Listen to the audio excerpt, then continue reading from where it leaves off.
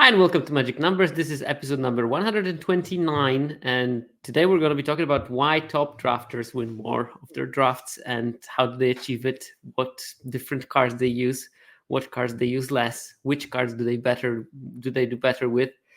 And we're also going to look at literally every common and uncommon and try to find the best home for those, if that's applicable.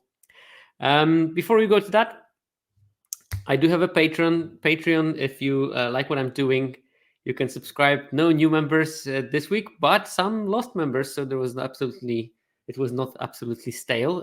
There was movement. So maybe someone will volunteer to replace the person that left. Also, thanks to mtgzone.com for helping me out with the stream. Thanks to Bulkbox, who are sort of sponsoring me. And have a very good product. So if you are interested in bulk boxes, especially when you're in UK, please use them. I have a code. I think it should be in the description.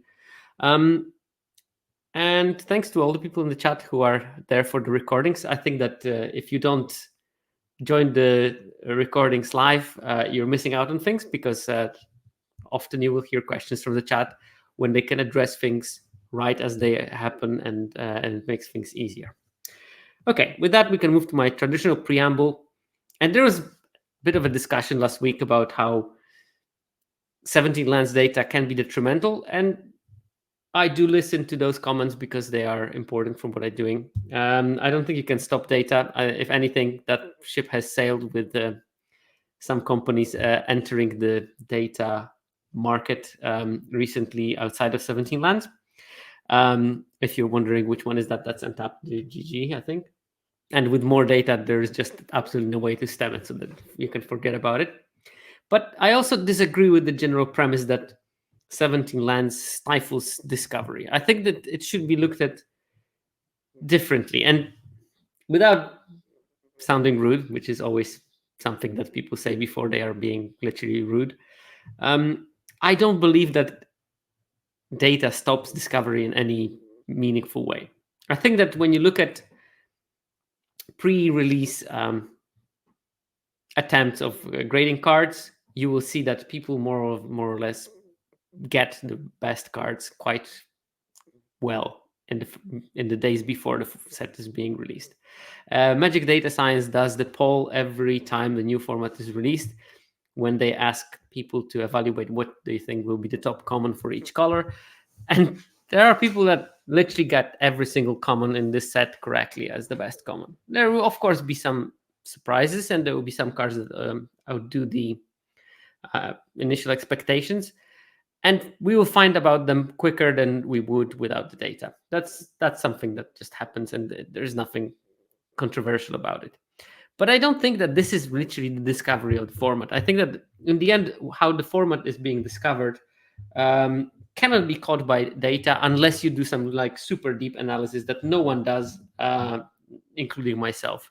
The problem with that is data will show you the sort of aggregate win rates of cards without going deep into the minutia. And again, very, very few people do that. You will not find out those more intrinsic interactions between cards. And because of that, there's still plenty to discover. You just skip this first easy part of it, which is figuring out which cards are good, which color combinations are good. And you can approach that in two ways. And I think that part of the problem lies in that there is a group of people that will stop at this first part, where you just read the data, you take it on its face value, and that's your format for the end of the days. And we're going to see probably in the next couple of slides how the metagame shifted in the first days. And I'm going to talk about more about how people perceive the data. But an example from the ancient past is when we still only had bot drafts in Arena, was original Thrones of Eldraine. And there, in the first week or two, the bots were badly programmed in a way that they let you have any number of Merfolk Secret Keepers that you could draft. And people abused that because it was only bots. Bots were very simplistic then. I think that they're much better right now. They've been improved quite greatly, and now you see like a whole diversity of behaviors on the bots. But then they were just very simple. So if no bots were picking Merfolk Secret Keeper, they were wheeling. You could always get any number of those, and people just drafted decks with like as many as there were opened in the pod. And the only plan was just, I'm going to mill my opponent up. Merfolk Secret Keeper being an 0-4 that had an adventure mill 4 cards. And it was boring to play because every deck was a mirror matchup where people were milling themselves out to death. And this stuck in some people's memory. And for them, for eternity, this was the Merfolk Secret Keeper format. But after 2 weeks, the bots have been reprogrammed. And actually, you couldn't draft for the love of it. You couldn't draft the Merfolk Secret Keeper. Like, they overdid it on the side of caution. And they basically programmed bots to draft Secret Keepers as basically like second, third pick. So you never had those. It opened completely new avenues. You could basically force mono white, mono red, different versions of mono blue that were relying on artifacts but not on milling. And those decks were just a pest.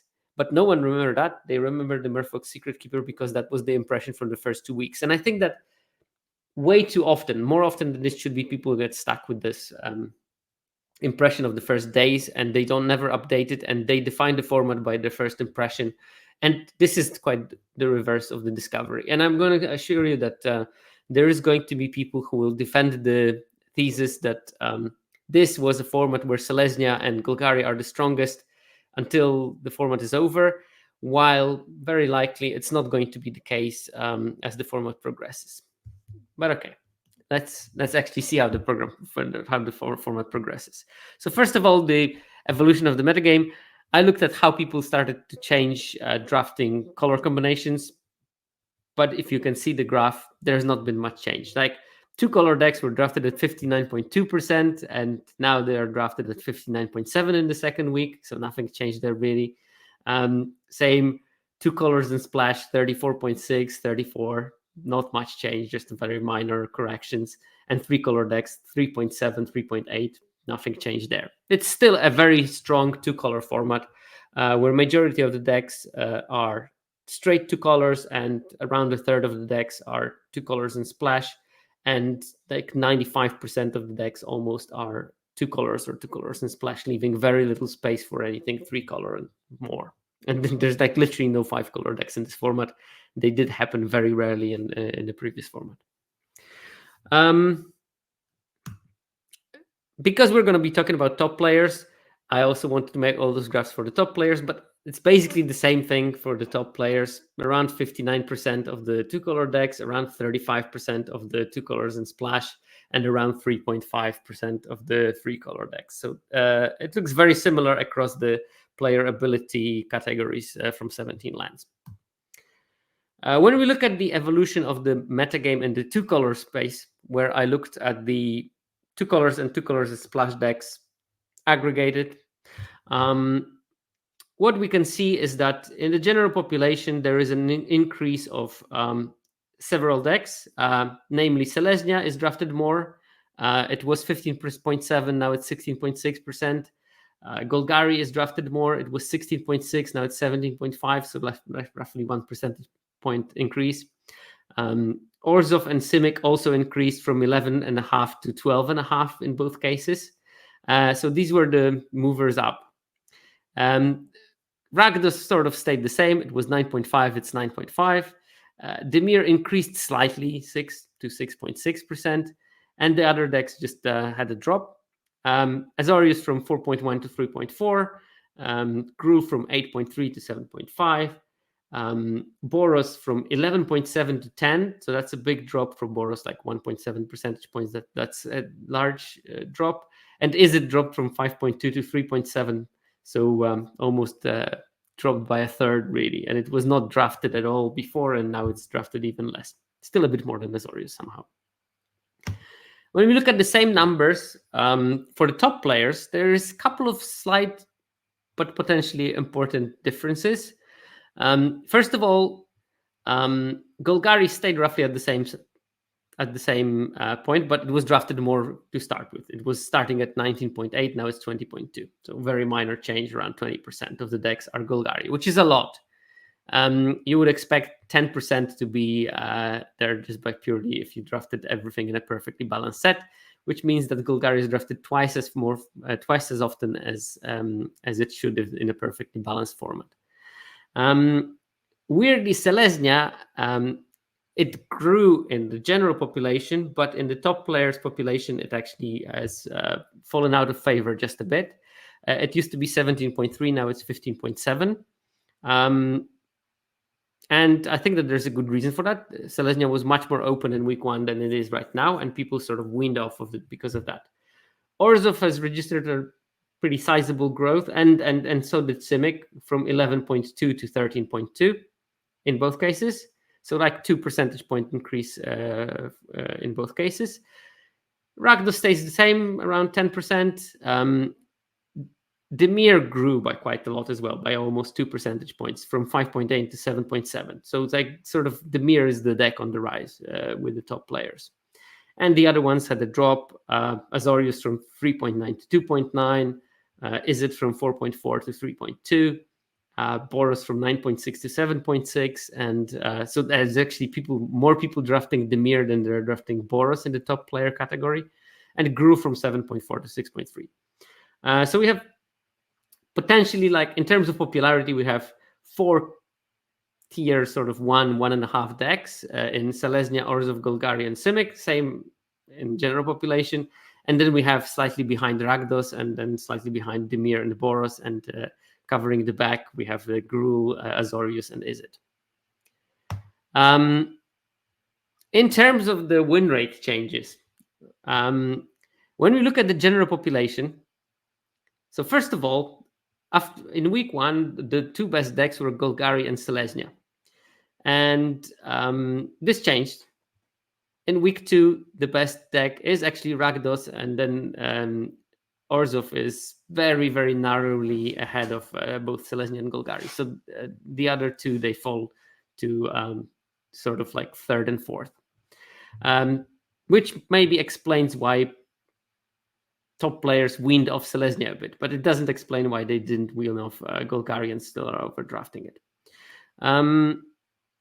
So Rakdos was one of the very few archetypes that increase in their win rate. In general, this is something that we observe as the format progresses. First week win rates are much more spread. As the format progresses, they condense more, and even more so normally for the top players. So the difference between the top deck and the bottom deck is becoming lower and lower.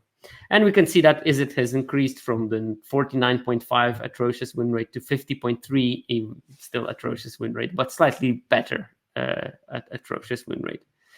Azorius had a small drop. Demir increased. Gruul stayed roughly the same at 54%. Orzhov stayed roughly the same at 55.5%. Simic stayed the same at 55%. And there was a small drop with Boros, despite people drafting less of it. Now, if we look at the same numbers for the top players, we see slightly different a picture. First, Azorius still dropped, but we had a big increase in the win rate of Izzet. That went from 55% win rate to 57.4%. So almost 2.5 percentage point increase by the top players in case of their Izzet win rate. And of course, they play very little of it. So I think that what happened here is the top players learned that sometimes you will be in pods where Izzet is very, very open, and there are certain cards that you need to follow, and then maybe, just maybe, you can have a decent deck, and it seems like it's working. It's like, it's not tier 2, and those tiers in top players are pretty narrow, because the difference between the top deck and Orzhov at 61% win rate and the bottom one, Boros, at 59% win rate, that's just 2 percentage points difference between those two. Like Azorius is way behind, and Izzet is way behind, but the top archetypes are pretty close between themselves. So we have, like, in this week 2, Boros 59, Golgari 59, Gruul 59, Demir 59, and then we have Selesnya almost 60, Rakdos 60.4, Orzhov 60.9, and Simic exactly 60. So they're really close. Importantly, it seems that the gamble of playing, of almost forcing Golgari with the 20% play rate has not paid off, because there is a drop off in Golgari win rate. Not only that, it also stays way behind Orzhov, Simic, and Rakdos, and even behind Selesnya still. So it falls off to the 5th place, or even 6th, if it's even behind Demir in terms of win rate. Now, these are marginal differences, but I think that if we would take it as a trend, it means that you can't draft Golgari as openly as you could in week 1. And also, one message there is that when you're at a certain level of play, you can draft the Demir decks and have decent results that are not that different from other top archetypes. Yeah, this is something to think about, and to look through win rates of the cards from top players in Demir and see what they are doing differently and which cards they prioritize. So this is just to compare the win rates between the different tiers of players. We're going to go a bit in detail what those tiers mean, but they're generally, most of the data from 17 lands is not within one of the tiers, but there are 3 tiers of ability. These are the players who are consistently playing 17 drafts, who are consistently posting their scores to 17 lands, and also who are consistently having similar results. So there are roughly 3 broad tiers, and just as a sort of rule of thumb, top tier is people with win rate around 60%, middle tier is people with win rate around 55%, and bottom tier is people with win rate around 50%. So bottom tier is probably as close as possible to the average arena user, and top tier is quite above that in terms of the win rate, because 60% win rate is hard to achieve in the ranked. So what do we see that is the difference? I normalized this data so that the average of the win rates is 50% for the games that were played there, which means that I can compare the tiers between themselves without that awkward situation that one tier has 10 percentage point higher win rate than the other. This is to see, are there decks that a particular group of players is doing better with? And it is, I think, important for you, if you want to develop as a player and improve in drafting, to sort of try to see what tier you are. So try to figure out, what is my win rate? If my win rate is around 55, I probably am sort of middle tier player. If my win rate is like 53, I'm somewhere between the bottom and middle tier, and I probably have to look at how to transition. If my win rate is 57, 58, I'm in transition between the middle and top tier. I want to see what is working for the middle tier, and I want to see what is working for the top tier, and what do I have to learn in order to maximize the cards that the top players are better with. And there are 3 archetypes that are doing well, better proportionally, of course, in the hands of the bottom players than middle and top players. And these are Orzhov, Selesnya, and Azorius. And yes, Selesnya is probably like a go wide aggro. You have to keep in mind that why those decks do better in the hands of the bottom players comparatively might have something to do with which decks do better against similar players, because you're playing ranked, so you're likely going to be spending a lot of time playing against people with more or less your skill level. So Selesnya, Orzhov, and Azorius seems to be doing better than against middle and top tier players who will be playing against. Another deck, Boros, is doing slightly better in the hands of the bottom tier players.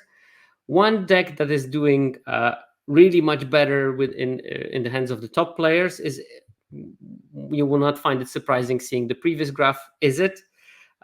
So in this normalized scale where average is 50%, Izzet has 47% in the hands of top players, but only 43% in the hands of the bottom players. So this deck is probably harder to build, harder to navigate. It has many tricky cards, as we're going to see in a second. Another deck that is doing better in the hands of the middle and top players is Simic. They both have around 50.5% win rate, normalized win rate, in the hands of this middle and top players, but only 48% in the hands of the bottom tier players. What else is there interesting? Gru is doing roughly the same independently of the play lever, so it scales up between those relatively smoothly. It's still a below average deck in terms of win rate. And Demir is another deck that does much better in the hands of the middle and top players than it does in the hands of the bottom tier players. So there's like a 2 percentage points difference between them. 49.5 in the hands of the top and middle, 47.5 in the hands of the bottom tier players. While, yeah, Selesnya and Orzhov are doing exceedingly well in the hands of the bottom players. There's like 52% win rate decks. And in the hands of the top and middle players, it's 50.5, 50.51 maybe percent win rate. What does it mean? Well, it probably means that these decks have a high ceiling, high floor, but a low ceiling. So they will be solid and they win quite a lot, but you cannot squeeze out too much more out of it. While the decks that do better in the hands of the top players are usually the ones that probably have a low floor. If you build them that badly, they just do atrociously bad. But if you build them well and if you play them and navigate them well, you can get a lot of wins out of that through correct navigation, correct building, right strategy, prioritizing the right card, knowing exactly when you enter this particular drafting lane, and so on. Okay, and before we move into like full-blown analysis of the top, middle, and bottom tier players, I wanted to do one more analysis, and it's a modest way of looking at all commons and uncommons in the set by trying to find the right home for them. So what I'm going to do here is I made a thread about it a couple of days ago. I will look at the sort of how does a card impact the decks that the card is in. So what I did here is I have the average win rate for each color pair. So here we have the win rate of white-blue, 52.6, win rate of white-black, 55.6, and so on and so on. These are only the color pairs that contain white. And here I have all the white commons in this particular case. And we can see here in this table, we can see the improvement of decks with that particular card over the average win rate for the color pair. So for example, here we have Intrepid Rabbit in white-blue, 1.6%. That means that decks with Intrepid Rabbit have a 1.6 percentage points higher win rate than a generic white-blue deck. And by looking through those numbers, I made them also nicely colorful, so you can actually see in the video version of it.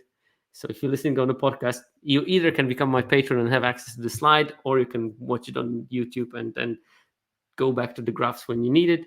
You can easily see which cards the red ones are the ones that have an improvement of the win rate. The blue ones, like Moonrise Cleric, does pretty badly in white-red decks, for example, and you can see the decrease. This is a very small graph. Don't worry, I made them bigger when we're actually analyzing the data. So important thing is that red improves the deck, blue makes decks worse in general as a card. So here are the white commons, and there are some cards that are just good in any kind of white deck. Intrepid Rabbit is an example. It improves every single white deck that you're going to be playing in. Either it be white blue, white black, white red, white green. Every single deck does better with Intrepid Rabbit. But it's not true for every single card. Other good white cards in the format are Carrot Cake, Warren Elder, Head of the Homestead. I sorted them by the way, this table is sorted by the average score for all the 4 colors. So like Intrepid Rabbit is the best card because it has the highest average improvement. But cards like Carrot Cake, they're really, really good in white green, white black, and white blue. But it actually is a mediocre card in white red. And I think that this is the problem that white red has in this format, is that all the best white commons, except for the Intrepid Rabbit, which is great in white red, but Carrot Cake, Warren Elder, Head of the Homestead, even Banishing Light, all these cards are not really improving the white red decks, which means you draft all the best cards in the particular color, but you're not getting the benefit of having them because they don't improve how the deck functions. And all the ones that I mentioned are still good in every other archetype. And the difference, the Banishing Light is not improving the decks by much. It still improves it roughly across the board, which is important to know. Then we have a card like Come and Get It, which is good in all the decks except for Bats, where it's just average. And again, it's not a bad card. You probably should put it in there, but it won't be as good in white-black as it is in white-blue, for example. You also have to keep in mind that, of course, it's much easier to improve a white-blue deck that has an average 52.6% win rate than to improve a white-green deck that has a 56.1 average win rate. So a card like Carrot Cake improving white-green by 1.9% is much more impressive than Carrot Cake improving white-blue deck by 2.8 percentage points, because, yeah, white-blue starts from a very low threshold. But one thing that you can see here is that actually when you look at the white-blue and the white-green data, they look relatively similar, which sort of makes me think that good white-blue decks were not going to be flyer decks. They're going to be go-wide decks. And they're going to be using flyers for support maybe, but not as the means to achieve it. Because going wide plus having a couple of flyers makes that rabbit response even stronger. But in terms of white, at least, and white-blue decks, you should be leaning quite heavily on cards that go wide. Like the Head of the Homesteads are good, your Warren Elders are good, your Carrot Cakes, your Intrepid Rabbits are good. While it's not necessarily the same, but it's similar with the white-black. But it definitely is not the case in white-red, which white-red looks like all the cards that are really good in going wide are not doing particularly well, with the exception of Intrepid Rabbit, because Intrepid Rabbit sort of accidentally is also a great Valiant enabler. So you can basically improve how your Valiant cards go while still contributing to the board. And I think that this is like essential for white-red decks to be successful. And like the last common that we have on this list is Nettle Guard, which is sort of slightly above replacement. In most decks, it does a bit less well in white-green, where you think that you probably want to lean more into those rabbit synergies, where Nettle Guard is not necessarily what you want to be doing. And then we have the second half of the white commons. And here we have cards that most of them don't do so great, at least not across the board. And the first of them is Rabbit Response, which is a sort of exact replacement level in white-green, which is a bit surprising to me. But this card improves quite a lot the white-blue decks. So I think that if you're looking for a formula on how to make white-blue successful, Rabbit Response is the most important card in that picture, where going wide with small creatures and having flying support creatures means that you can easily alpha strike with Rabbit's Response, because at least part of your things that you're going to be swinging with are have evasion. So that might be helpful. It's actually doing pretty badly both in white-black and white-red. So I'm not going to say that never put it there, because I put myself Rabbit Response into a white-black deck when I thought that it was appropriate, because I had, like, I don't know, 2 Hop to Its and 3 Carrot Cakes and a couple of Flying Bats, and I thought that it was a sort of similar plan as the white-blue deck that I just described to you. But in most white-black decks, it's not going to be amazing, and you should be able to figure out when it's going to be good. On average, it's detrimental, and same white-red. If I already said here that it doesn't want to go wide because of the top commons, it's the same story with the Rabbit Response. It's not doing particularly well. Then we have 2 cards that are pretty bad in all the decks, or below replacement at least, down to almost unplayable. But one deck really likes them, and they are doing very well in there, and that's Sonar Strike and Light Creep Duo. And of course, the deck I'm talking about is white-black. The 2 cards that are supposedly designed for white-black actually do work well in the white-black. Then we have 4 cards that do better in white-red than in any other color combination. So what white-red loses with the Carrot Cake, Elder, Banishing Light, and Head of the Homestead, it gains here. Obviously, this gain is not covering it all, but it shows you that maybe these are the cards that you should be considering more often to play in your white-red deck. I'm talking about Pileated Provisioner, Seaport Squire, that's the white-blue hybrid card. Bravekin Duo and Thistledown Players, that's the 3/3 that has this pseudo-vigilance, but vigilance that allows you to target things, which I guess is the whole important part of it. And these 4 cards do pretty badly in other color combinations. They don't do even that well in Azorius decks, possibly because people play them too much in an all-in flying strategy when actually that should be more of a sub-theme. But they do pretty well in the white-red, so cards to think about. Then we have Moonrise Cleric, which does really badly in all the decks except for white-black, so you should really avoid playing that card outside of your white-black decks. That's the hybrid Azorius, hybrid Orzhov card. Veteran Guard Mouse does pretty bad, especially in white-green, and sort of mediocre to bad in white-red. And Waxwayne Witness is doing horrendously everywhere, less horrendously in white-black. So it's a playable card, and I guess that there will be some decks where maybe it will be slightly better in. But generally, again, I would advise against that card to be used in abundance. So that's white commons. In terms of white one commons, we have definitely one that is universally good, Harvest Right Host. It enables those go white synergies in white, blue, and white green, where it has the biggest improvement over the replacement level. But it's also good in white black, and it's also good in white red because it can target creatures, so it can trigger the variant triggers. So it does well everywhere. It's sort of like very similar card in a way to Intrepid Rabbit. Then we have Hop to It, and this card is excellent everywhere except for white red. It's the same story as we had with the Carrot Cakes and the Warren Elders.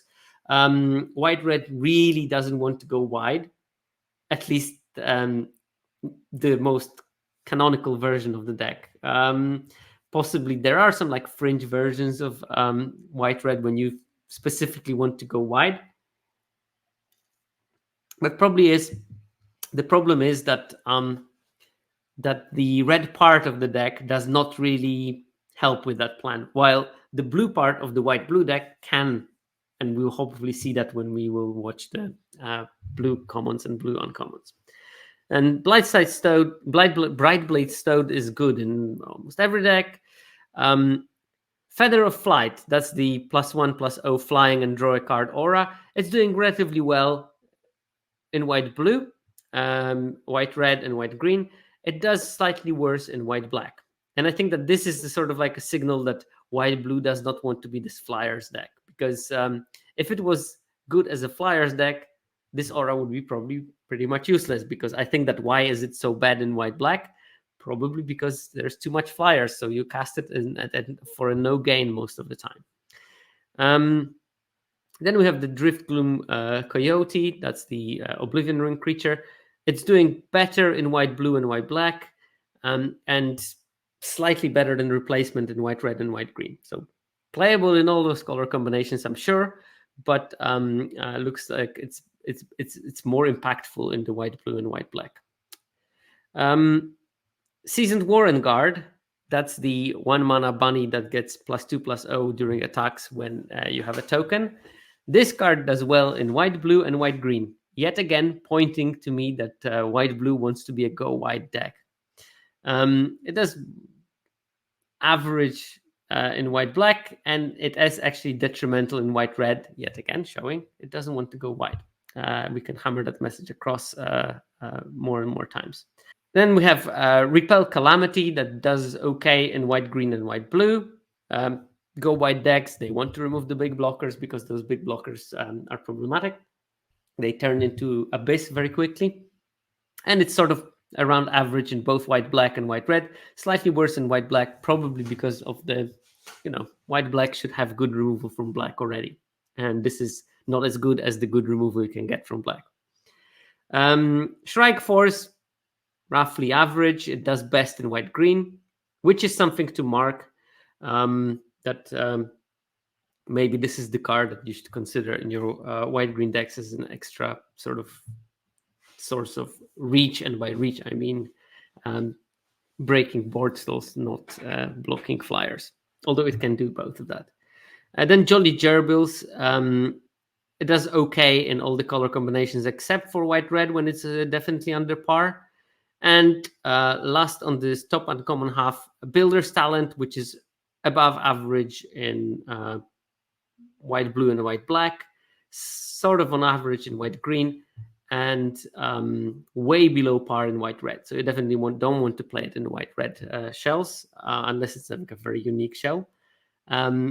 But yeah, I would generally warn against it. And I think that Builder's Talent will have lower stats because it's a build around card, and yeah, I'm sure that every build around card is sort of built not always optimally, which will be always visible in this aggregate data.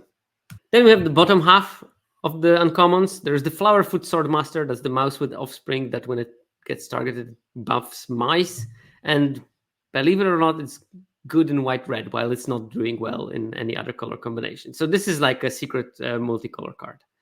And we have same with the Parting Gust, which does below average in all the archetypes except for white blue. Don't know exactly why, but probably because of the starting from the lower threshold already. So parting and maybe lack of like decent blue removal. So Parting Gust can be good in that. It might something to do with might have something to do with blinking being better. And then we move into cards that are just almost universally bad in terms of the win rate. Mabel's Metal, really bad in white blue and white black, slightly more acceptable in white red and white green. It still lowers the win rate by 0.7%. Mouse Trapper, again, slightly better in white red, but generally under par, and really bad in the bots deck where it's got like minus 3.6%. Star Charter, that's the free one bat, and it's doing almost on par in the bat decks, but it does pretty bad in anywhere else. In bat decks, it's just half a percentage point below the average win rate. And Dude Up Cure is doing badly everywhere, like 2 to 3% drop in the win rate of decks that play it. And then we have the multicolors cards. So first of all, like Starseed Mentor is a replacement level card in white black even. So it's not like a reward for being there. It's more like, yeah, you get it and it's a okay playable card. Beauregard Mentor, that's the Selesnya one. This one is impressive. It improves the win rates. The decks that have it are having like 2.2% higher win rate. So that's on par with the top uncommons there in terms of the numbers for white green. Like Hop to It and Harvest Right Host and Beauregard Mentor should be like the stellar cards in your archetype. Seed Life Mentor, again, like the Ores of One, the Boros one is on par. Decks with it or without it win more or less the same. And then Plume Creed Mentor, that card was splashed more than any other. So we have data from 3 different archetypes, despite being a white-blue card. And in white-blue decks, it does very well, 1.8% percentage point improvement. But as a splash, it does atrociously badly. In white-black decks, minus 2.4 percentage points. In white-green decks, minus 6 percentage points. So that's really, really awful. I don't think that white-green decks that want to use the Plume Creed Mentor also want to splash. I guess that if you want to build white-green decks that splash, you use Builder's Talent to enable those build rounds. Okay, so that's white commons. Blue, the top common in blue is Dire Downdraft. That's the only one that improves every single blue deck that it's in. It's roughly on par in white blue, in blue green. Sorry, but yeah, improves every single color combination. And that's sort of the end of good news for blue commons because all the other ones are sort of reducing the decks. From this data, it seems that the best blue decks have as little blue as possible, especially at the lower rarity. Dazzling Denial does well in 3 of the 4 archetypes. So white, blue, blue, black, and blue, red, improving by roughly half to 1 percentage point over the average, which is especially important thing in blue-black. So blue-black is probably the best home for Dazzling Denial. That's the 2-mana counterspell that gets better if you have birds. But Dazzling Denial does pretty badly in the frog decks. So there it drops the win rate by 1.6. Lightshell Duo, it's an otter rat, but it seems from the data that the rat part is the dominant one because it actually does improve the Demir decks, while it drops the win rate of the Azorius and Izzet decks by a little bit, and by quite a lot of the blue-green. Blue-green doesn't want this card. And if there is one card that it wants even less, it's Pearl of Wisdom, the draw 2 cards that gets cheaper if you have otters. This card is actually good in otter decks, as bad as they are, but 1.5% improvement. And I'm pretty sure that if I did the same analysis, but only from the data by the top players, we would see even a bigger increase, and maybe even a better view of the which cards are super important for the Izzet deck. So if you're curious about how Izzet works, you can just repeat the same analysis as I did. That should take you 15 minutes roughly, and used only the data from the top players and from Izzet, and then you can maybe figure out which cards are particularly important, because top players seem to understand how Izzet works much better than the other groups. Pearl of Wisdom is also not terrible in Demir decks. I assume that these are the same decks that also won the Lightshell Duo. And it's not doing that great in Azorius decks. Pond Prophet, really bad in all the archetypes, drops the win rate by 1.5 percentage points, except for blue-green, when it's absolutely excellent and increasing 1.6 percentage point, being the best like blue card, but specifically for blue-green. And then we have a bunch of cards that are sort of meh. Mind Spiral and Shore Up, they're still doing okay for blue commons, but they're still across board decreasing the win rates. The coloring is red because they're just better than the other ones, and in percentiles of how much they impact the win rates, they will be in the top half. That's why the color is red. Best thing to be said about them is that Mind Spiral and Shore Up are sort of like okay in Izzet decks, but Izzet decks are not okay. So there's a problem with that. There's Bellowing Crier, which is pretty bad across board, dropping the win rates by around 1 percentage point, and even 2.5 in the Izzet decks that definitely don't want that card in their canonical builds. And then we have a bunch of those lower win rate commons. We have Runaway Together, which is best home is blue-green. Yes, frogs that want to bounce each other, they want to bounce each other. There's the Tempest Angler, which is atrocious in the frog decks, dropping the win rate by 6 percentage points, but it's actually fine in Izzet. It keeps the win rate level, and then you can maybe fill it up with the cards that improve the win rate from red. It's also like passable in Demir decks. Finch Formation, terrible everywhere, but passable in the white-blue. Sky Skipper Duo, terrible everywhere, but passable in the blue-green. And Thought Shocker, Mind Drill Assistant, pretty bad everywhere. Seaport Squire has some hope in white-blue. Waterspout Warden, generally bad.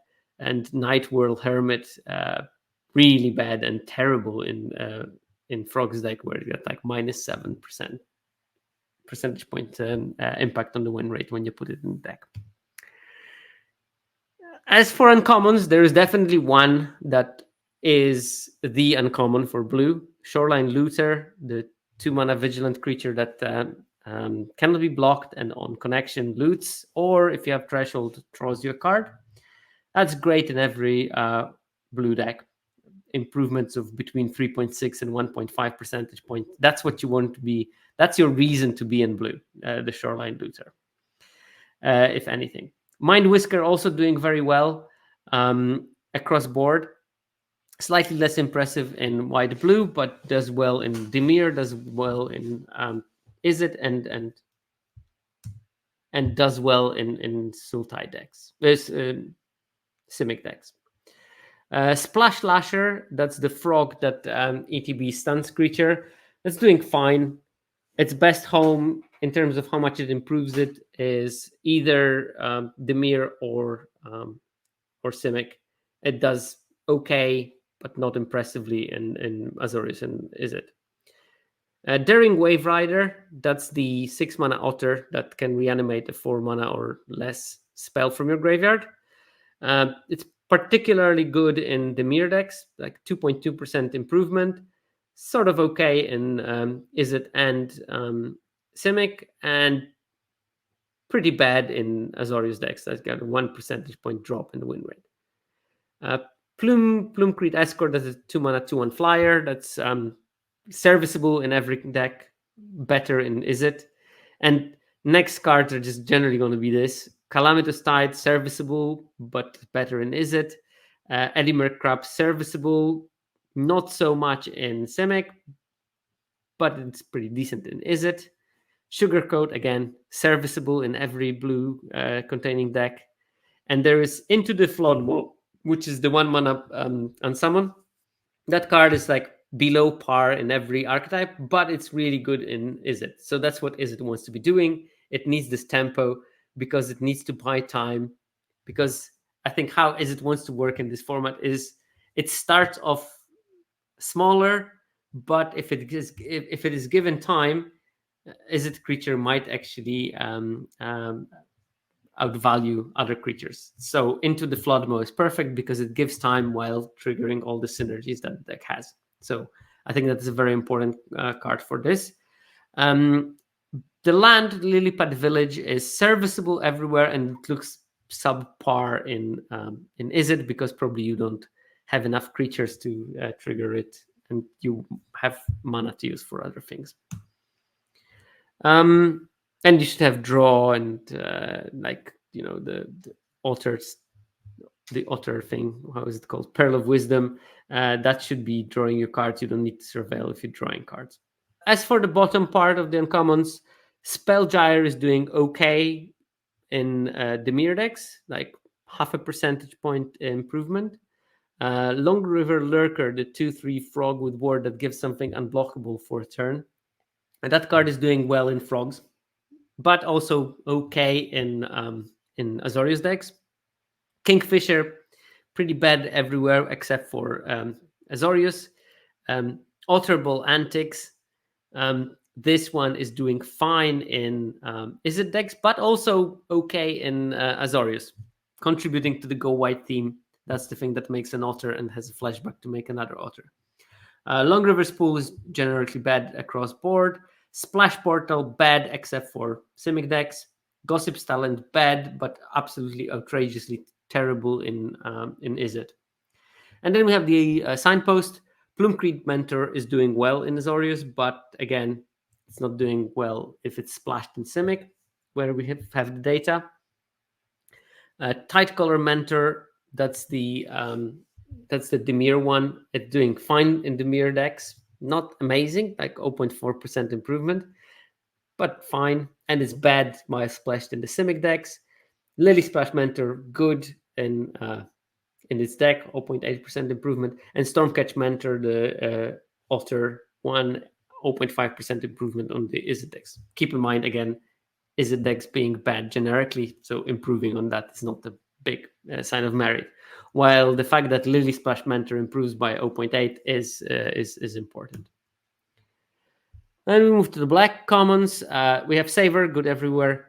Glide Dive Duo, it's really good in Dimir. It's decent in Lizards, but it's less spectacular in terms of its number in the white black, and basically it doesn't change the win rate of Golgari deck. So Golgari is not the place where you want to be playing it. Nocturnal Hunger, just a small improvement across board between 0.3 and 0.8. So that's a generically good card. Scales of Shale, the Lizard trick is really good in Lizard deck, improves the Lizard deck's win rate by 1.7% just by having it in the deck.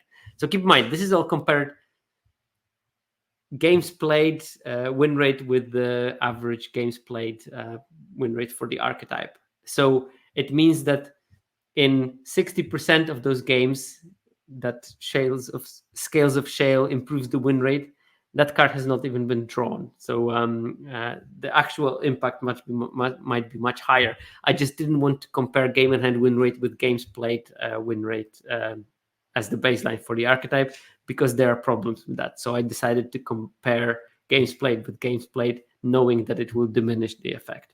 Then we have Bonebind Orator, the 2/2 squirrel that can return something from graveyard, just serviceable.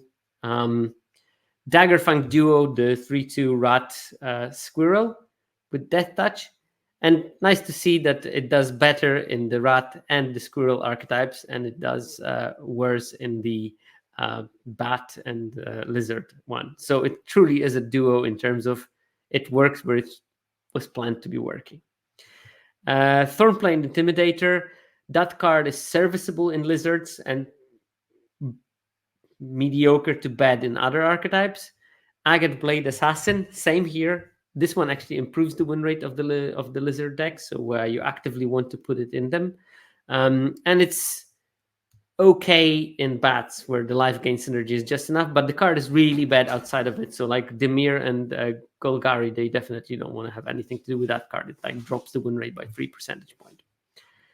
Dire Side, serviceable in Demir and Orzhov, which if that card is serviceable in Demir, it means that Demir is really hungry for drawing cards, and I think that's why you should bump the Otter draw card into your Demir decks. Because if Dire Side can make it, then the Otter card is most of the time better, and it's bad in the Golgari and Rakdos decks. Oh, we have Dire Side again. Moonrise Cleric, again, good in the Bats deck. I guess possible in the Lizard deck, but I wouldn't play it outside of that. 2 cards for Lizard decks, Ravine Rider and Cindering Cutthroat, the 1/1 Menace and the 3-mana hybrid card. They are actively good in the Lizard decks, and they shouldn't be played anywhere else. Early Winter, mediocre across board. Corpseberry Cultivator, the hybrid Golgari card, is passable in the Golgari decks. And the other 3 cards, Psychic Whirl, Starlit Soothsayer, that's the 2/2 bat that surveils if you gain life, and Mind Drill Assistant, the Demir hybrid card, they are bad in all the color combinations. So yeah, that's the message.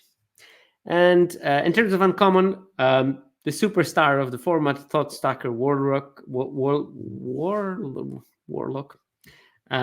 over 2 percentage points improvement in any archetype. Doesn't matter if it's Lizard, you want to play it in every black deck, and you want to prioritize it highly, as you will see in a second. So yeah, that's definitely like the best black uncommon and the reason to go into black. Then we have Downwind Ambusher, the Skunk Assassin. Apart from one of the best top-down designs, or is it bottom-up? Top-down. It's also one of the best cards. Good improvement in every archetype. Again, card you want to be playing in every black deck that you draft. Fell, the removal spell, also good. Great in Demir. That's what Demir wants the most. Board control and making sure that the game lasts longer. Wix Patrol, same situation. Good in every single archetype. Slightly worse in Lizard deck, where 6 mana might be pretty expensive, but that's fine. Feed the Cycle. A bit of a surprise to me that it does slightly better than Fell in every deck. Even in Golgari decks, when I thought, the fact that you can forage will be an asset, but actually Fell is doing much better in those Golgari decks, so something to think about. Consumed by Greed, that's the 3rd good removal spell at uncommon in black, also generically good across board. And then actually the black land, the Mudflat Village, is doing well in every single color combination. It's slightly worse in Demir, but it's still acceptable there, still improves the win rate, so that's fine. Then we have 2 cards that are much better in Demir decks. Ruthless Negotiation, the discard spell, and Persistent Marshwalker, the rat payoff card, which no surprise that does better in Demir. Both of those cards do pretty badly in Orzhov. And Ruthless Negotiation does fine to even good in Rakdos and in Golgari decks. But Persistent Marshwalker, just a Demir card. That's it. Hazel's Nocturne is a replacement card in all the black decks. So you can just put it, but it doesn't, it's not like something you should be prioritizing super heavily.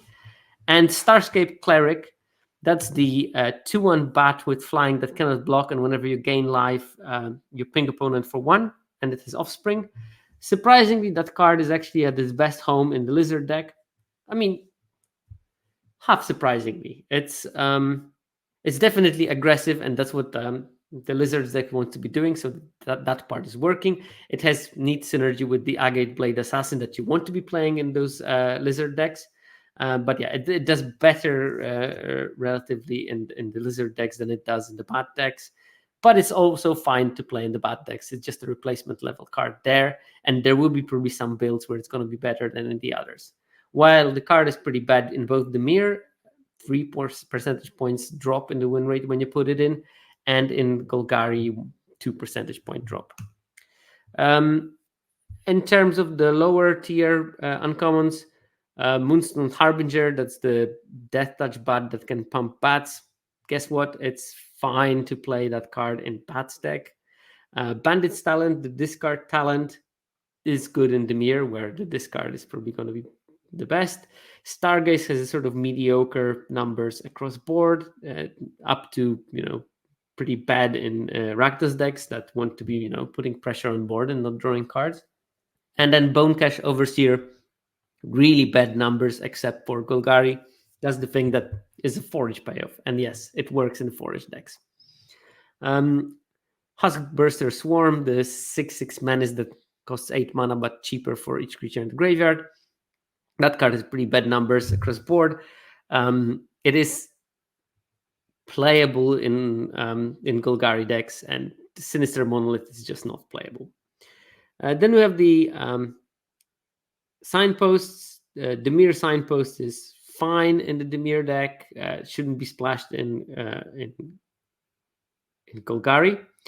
Starseer Mentor is fine in the Bats deck. Definitely don't splash it in Golgari. And Vine Reap Mentor and Fireglass Mentor are both pretty good. They have like 2.1 and 1.3 percentage point improvement on the win rate. So yeah, you definitely want to be playing those. Red, Take Out the Trash is the star card. This is the card that is your main reason at common to try to be red. If you see those things going late, you can speculate on them. Around 1 to 2 percentage points improvement on the win rate in all the red archetypes. Agate Assault is sort of replacement level. It's okay in every single color combination, but nothing to write home about. Alania's Pathmaker, similar, but with a wider range, so it is slightly better in like Gruul decks. It's slightly worse in Rakdos and Boros decks, but around replacement level anyway. Then you have the Rhapsode Duo. That's the 3/2 with Trample, that whenever you expand, you can give a creature +1/+1 and Trample.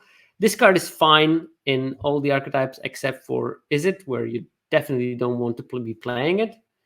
And the Whisker Squirrel Scribe, that's the white-red sort of mouse payoff with Valiant. This card is really okay in white-red, and maybe passable in Gruul, but it's a bit iffy in all the other combinations. Might of the Meek is an Izzet card in terms of where it does best. It is passable in the white-red, which it shouldn't be a surprise. It is made as a basically white-red card, but it performs slightly better in Izzet, probably because Izzet has such a low baseline. Cindering Cutthroat, that is the lizard payoff, and it's good in lizards and passable maybe in white-red, but not much more than that. Raccoon Rallier, that's the raccoon that gives haste, 2-drop. This is a white-red card in terms of how the win rate looks like. It's not a great white-red card, but it's a passable white-red card. It can be also played in Gruul. Then it's Sazaka Sprue. That's the discard a card and draw 2 with the gifting a card. This is looking like an Izzet card. Again, Izzet also seems to be like a card-hungry deck. Probably what you prefer to play the Pearls of Wisdom, where it actually is improving the win rate of the archetype. But if you don't have it, then Sazakap's brew is sort of like your silver medal, basically. Steampath Charger, the lizard that makes another lizard and pings when it dies. It's a lizard card, and it actually data suggests it should be playing in the lizards. Conduct Electricity, the 5 mana, deal 6 damage and kill a token, basically. This card is actually fine in Gruul decks. You can play there. It just lowers the win rate by 0.6, which is not bad. And maybe passable in Izzet with 0.9% drop in the win rate. Junkblade Bruiser, that's the hybrid Gruul card. It does really bad in all the red archetypes except for Gruul, which is fine. It means that it worked as it was designed as a Gruul card. And, I see this data a bit, and most of the time the hybrid card does so much better in the colors that it should be in, which I don't know. I mean, slightly undermines the point of giving those cards hybrid in their cost. Maybe they could have been a bit more pushed and specifically made as a common multicolor card. And Veteran Guard Mouse, well, actually that one does also good in Gruul and in White-Red, but it does absolutely terribly in Izzet and in Rakdos. And then we have Warsqueak, which is bad across the board. Kindle Spark Duo, that does pretty bad because, it drops the win rate of Izzet by 1.2, and Izzet's win rate is already terrible. So I'm not buying that card should be played anywhere. And Tempest Angler, which has absolutely horrendous numbers across board, except for Izzet, which is fine because that's where it should be played. And again, we have another of those hybrid cards that does well in its color combination. Uncommons in red, Rabid Gnaw is the thing that you want to be doing. That's the best uncommon by quite a lot. Then in terms of the uncommons, a bit of a surprise to me that Brazen Collector, the 2/1 first strike raccoon that gives you red mana when it attacks, and that mana stays till next main phase. That card is actually really good in Izzet, and it's fine in it's good in Rakdos, and it's fine in White-Red and Red-Green. So this card seems like a raccoon payoff that you can ramp into your 5-drops or something, but actually it does much better in Izzet, which means that Izzet needs some mana acceleration, and this is the way that it can get it, basically. Flamecash Gecko, that's the one when it ETBs, when opponent was dealt damage, you get 2 mana, and it can also ramage for 2 mana. That card is good in every single archetype except for Izzet. And same with Heartfire Hero, good in every single archetype except for Izzet, particularly good in White-Red. So this is your White-Red star common, really. Star uncommon. Quake Board, the 5/5 Haster card is decent everywhere. Blacksmith Talent, particularly good in Lizards and in Gruul, and just replacement value in White-Red, which is a bit surprising to me, and actively bad in Izzet decks. And then we have Playful Shove, which is replacement level minus in all the archetypes, but it actually is good in Izzet. So that's where you want to be playing it. The Land, Rockface Village, best in Gruul and in Mouse deck, because targeting is useful for those decks. Absolutely replacement level in Lizards, and absolutely unplayable in Izzet. And then Blooming Blast is actually a card that you want to be... Blooming Blast and Coruscation Mage are 2 cards that you want to be playing in Izzet, and possibly also in Gruul to a lesser extent. And in case of Blooming Blast, the White-Red deck also doesn't mind having a copy. Teapot Slinger, that's the raccoon that pays you off for expanding 4 by pinging opponent for 2. This card is fine in Lizards and actively good in Gruul decks. And you see, just by looking through those numbers and just by looking at those graphs, you can actually find maybe cards that have unique homes or maybe 2 homes, and which homes are not for them. And it gives you already much more context than just looking at the 17 lands win rates will give you ever, basically, because sometimes you will look at the aggregate win rate of 4 archetypes, and the card is only good in 1, so the win rate is going to be low, but you probably still should draft that card if you're in a particular archetype. Bramblegar Captain, that's the mouse that pumps something by its power, and it's good in mice, and it's also good in Gruul, but it's bad in all the other ones. Valley Rally, that's the spell that gives +2/+0, and you can gift a card to give a creature haste first strike. Sort of Trumpet Blast version, that's passable in white-red. I think that this is it. No, Valley Rally is the Trumpet Blast, isn't it? Wildfire Howl, that's the Pyroclasm variant, deals 2 damage to every creature. It's bad to very bad in every other archetype except for Izzet, where it's actually decent. Again, probably a way for Izzet to cast some spells and stay in the game before Go Wide decks can overrun you, because you cannot compete with those. So I think that you actually probably actively want to play a copy of it in your Izzet decks. Harnesser of Storm, same story as with the Wildfire Howl. It's okay in Izzet. Reptilian Recruiter, the lizard that casts Threaten basically when it ETBs, the 4/2 Trampler. That one is absolutely horrendous in Izzet decks, but is actually passable, probably almost decent in the lizard decks. Unsurprisingly, Hoarder's Overflow is just horrendous everywhere you are. And then we have the signposts. The Fireglass Mentor is good. Stormcatch Mentor is passable. The Otter. Seedglaive Mentor, that's the white-red one, is just a replacement level card. There's nothing to write home. The 3/2 haste or vigilance that gets a counter every time it's targeted. And Wondertail Mentor, the Gruul one, is probably the best card in Gruul that you want to be having at a lower rarity. It is the reason to be in Gruul. The ability to ramp you to 4 mana and then at some stage have a bigger creature in a deck that wants to be doing it. It's absolutely amazing. So you definitely want to play that card. And lastly, we have green cards. Baker's Bane's Duo is the universally good one. That's good in every single green archetype. And all those green archetypes have a decent win rate, so keep that in mind.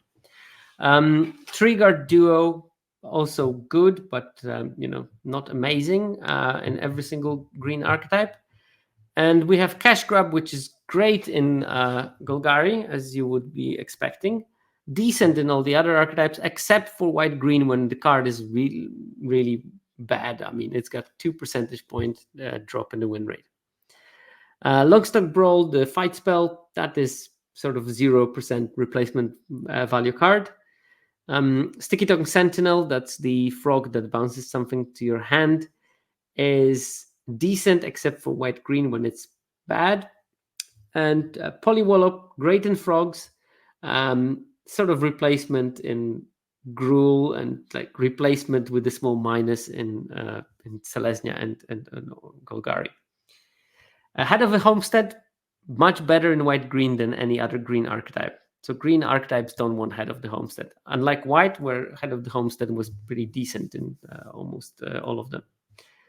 3/3 Root Weaver, the Mana Dork, good in Simic decks. They are mana hungry, and okay in Gruul and in Golgari, but you don't want to be playing in white-green most of the time. And Rashiel Rampager, the 4/4 Raccoon, is fine in Raccoons, not in any other one. In terms of the worst, commons, High Stride is notably better in Golgari decks than in any other green deck. So there you might consider playing a copy, but it seems like there is a need for that particular synergy. Treetop Sentries, also okay in Golgari and pretty bad anywhere else. That's the 2/4 Reach Squirrel. So turns out that something with Reach plus potentially Forage trigger and Treetop Sentries is a useful thing for the Golgari decks. Punt Profit shouldn't be played outside of Simic. Much better numbers there than anywhere else. Improvement win rate of 1.6. So that's the biggest improvement of any green card, really, but only works in Simic. That double pip cost in non-Simic decks is a problem because you will rarely be able to cast on turn 2. Sunshower Druid, the frog that puts a counter on something when it TBs and gains your life, that's good in Simic and not good anywhere else. Corpseberry Cultivator, the Golgari hybrid, good in Golgari. Druid of the Spade, the 2/3 rabbit that gets +2/+7 trample when you have a token. This one is a white-green card, and it does decently there, so you should be playing it there. Does bad anywhere else. Heaped Harvest, bad everywhere, but probably because this is not the card you should be analyzing while looking at 2-color decks. Junk Blade Bruiser, good in Gruul, bad everywhere else. In terms of uncommon, Hunter's Talent is the mythic uncommon for the green cards. This set, great everywhere, slightly less great in Selesnya because the sizing of the creature is slightly smaller. Overprotect, solid in every single color combination, so just play it every green deck. Same with Bark Knuckle Boxer. Any green deck wants copy, that's fine. Around, like half percentage point increase in the win rate. Markedly, both Overprotect and Bark Knuckle Boxer both are much better in Gruul decks. So yeah. Galewind Moose is on the loose. That card is better in Simic and Golgari because these are the decks that plan to go longer in the game. It's a replacement level card anywhere else. So Brambleguard Veteran, that's the 3/4 Raccoon that whenever you expand gets +1/+1 and Vigilance. This card is, for some reason, great in Simic decks. It's got really good numbers in there. I guess that that basically clogs the board long enough for you to start your engines running, and that's just enough, while occasionally maybe even being able to hit if you expand, because you will, your Simic decks are mana hungry. It also does well in the Gruul decks, but it definitely doesn't do well in the white-green decks. There is like a -2% win rate penalty for playing it. Village is just fine in every green deck, slightly less so in Golgari, but it's still okay there. Curious Forager, the 3/2 squirrel that whenever the ETBs you can forage to return a permanent from your graveyard to your hand. This card is fine in all the archetypes except for Gruul. Bushy Bodyguard, the 2/1 squirrel with offspring, when you can forage when it ETBs to make them either of the mom and the child +2/+2 bigger. This is good in Gruul and in Orzhov, but very mediocre to bad numbers in Selesnya and Simic. 3/3 Scribe, the frog that whenever something leaves the battlefield without dying, you can put a +1/+1 counter on anything. That one is good in frogs, believe it or not. And sometimes it's okay in the black-green deck, so it's not terrible in there. Popatch Formation, acceptable in the Simic and Squirrels, but bad outside of it. And the same, well, there's not a Popatch Formation.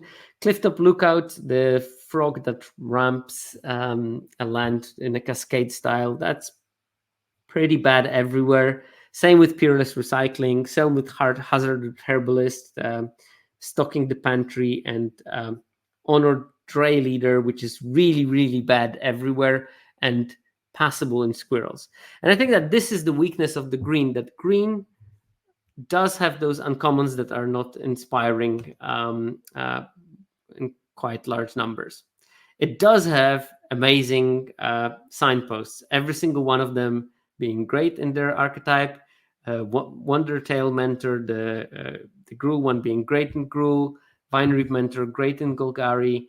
Burrowguard Mentor, great in Selesnya. And Lily Splash Mentor, pretty good in Simic, and not so great in Selesnya. But yeah, definitely signposts are the thing that makes green uncommons stand out. But the rest is sort of middling compared to some other colors. Okay, so we can move to the main topic, actually. and that is cards valued by the top players.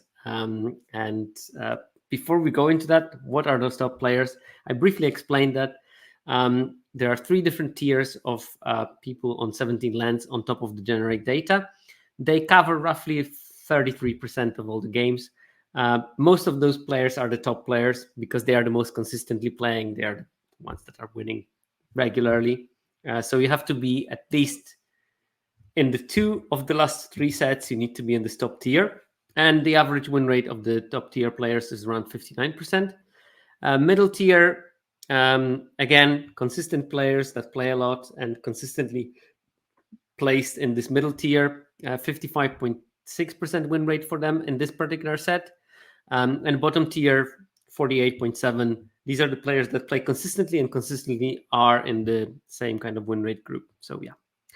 And we're going to look at which cards are picked more aggressively by which group and try to maybe speculate a bit why. I'm not going to stop about every card because it's already a long episode, but how I calculate the aggressiveness of the pick? Well, there are 2 levels on which you can sort of regulate your pick preference. Whether you pick the card or not when you see it, and then whether you put it in your deck or not once you have it in your pool. And I make the combined numbers of that. So I basically check what percentage of the time do people pick a card when they see it, and then multiply it by percentage of the time that that card makes the deck afterwards. So, a card can have, I pick it only 10% of the time, but when I pick it, I play it 100% of the time. Or I pick it 90% of the time, but I only play 10% of the time, and results will be very similar. But it's just a very different way of approaching how this card is being picked. I just sort of combine them to remove the extra confusion. So first of all, let's look at the comparison between top players and the bottom players and which cards are valued the highest by the top players. And number 1 is Thoughtstalker Warlock. And the difference here, when you look at data, is the delta and probability of ending in the deck if you've seen the card. So difference between top and bottom players is 20 percentage points. That's a lot of a difference. It's not 18%, it's 18 percentage points, which means that if top players play the Thoughtstalker Warlock like 40 times, which is a high number for an uncommon, every time they see it, the bottom players will only play the card 20% of the time. And this shows like high preference for this by the top players. Thoughtstalker Warlock, the Thoughtseize Lizard. Then the second card we have is Downwind Ambusher, and the third one is Wix Patrol, and the fourth one is Season of Loss. And I'm doing those 4 cards in a sort of order. The Skunk Assassin, the Rat Killer, I guess, and the sort of Black Wrath that does so much, basically. All those 4 of those cards and the top are black cards. And I think that this has something to do with the perception of the format. Going into the format, a lot of content has focused on how green and to some extent white are the best colors. But I don't think that looking at the data, this is actually true, especially in the current metagame. I think that currently the best color in the set is black. And I'm saying currently because I think that what is the best color doesn't only depend on the card power, but it also depends on the availability. And I think that we are in the particular moment of the format where black is open more than green and white, while the black cards are on par, if not better, than white and green ones.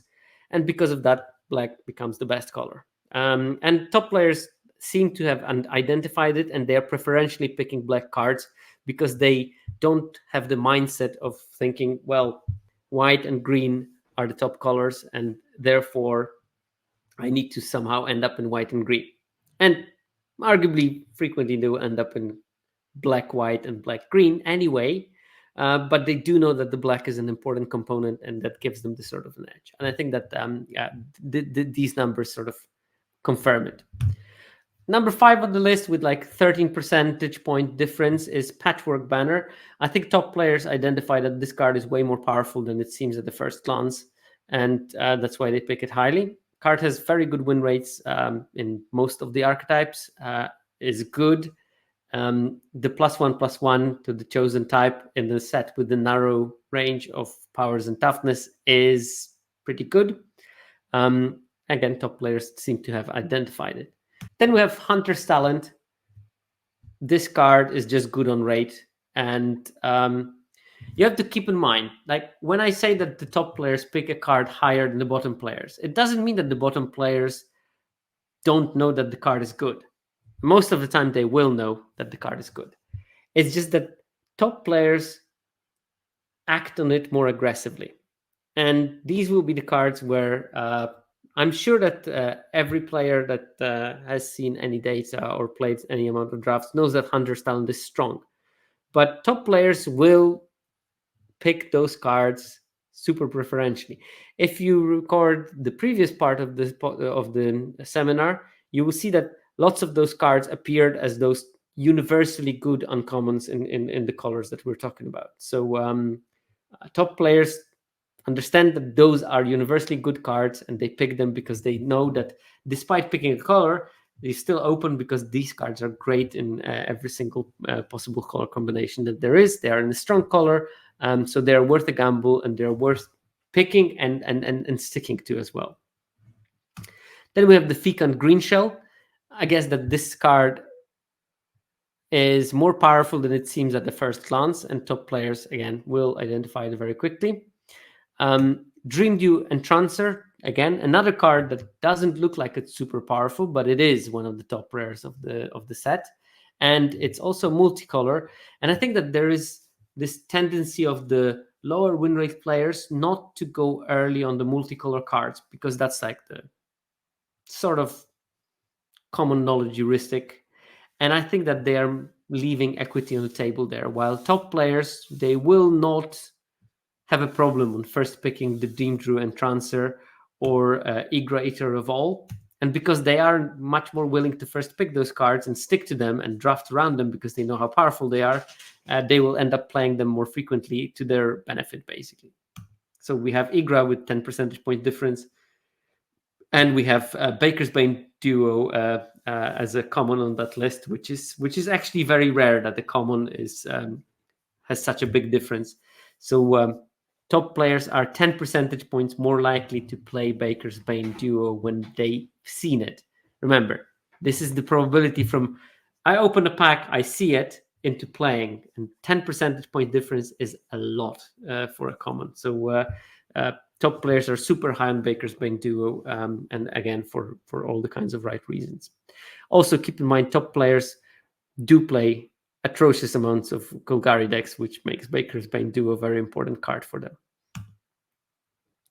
The difference between top and the middle group players, and we have a bunch of the same cards here. So Thoughtstalker Warlock, Downwind Ambusher, Wix Patrol, we've seen those cards before in the previous slide, really.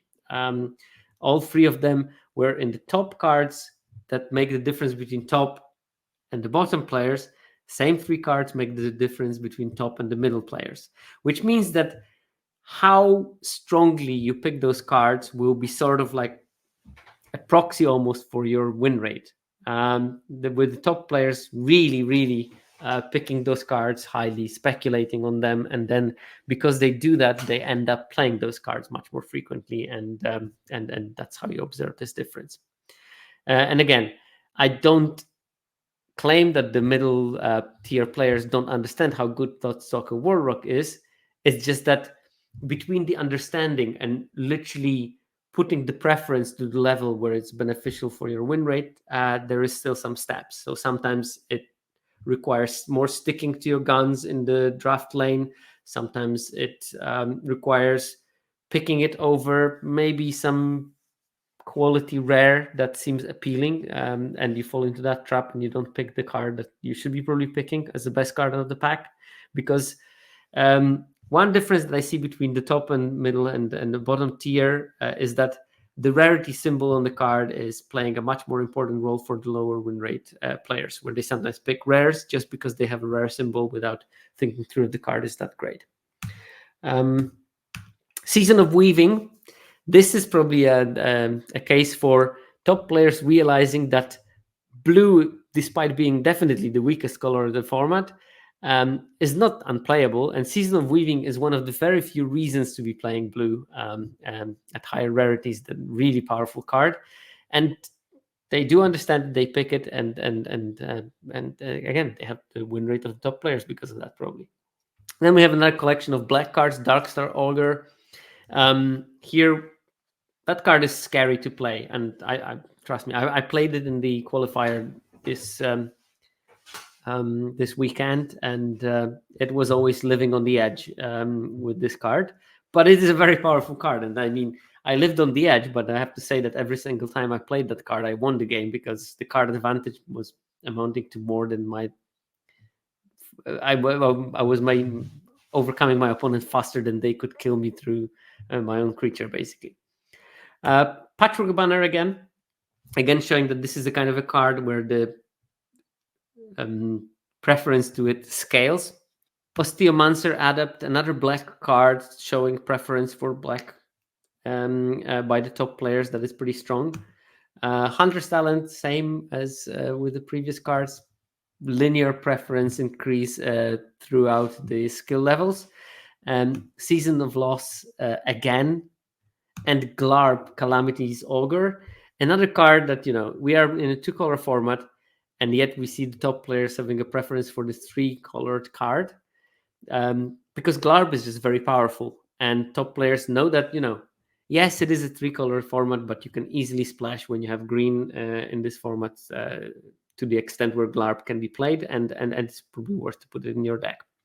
So the main differences we saw between the top players and the other two groups is how strong the top players have their preference for the cards. And I think that this is something that is underappreciated, because somehow more noble to be drafting the hard win, stay open and weave and bind and whatnot. And that's how you end up not playing those cards that are on this list. Sometimes it's good to sort of power through your lane and be assertive about what you're going to be playing in based on your super powerful card. The trick is to identify those cards and to know when to stick. And top players seem to be doing it the best in the 17 lands business, judging by the win rate at least. And they have selected those cards, and especially the preference for black is quite apparent there.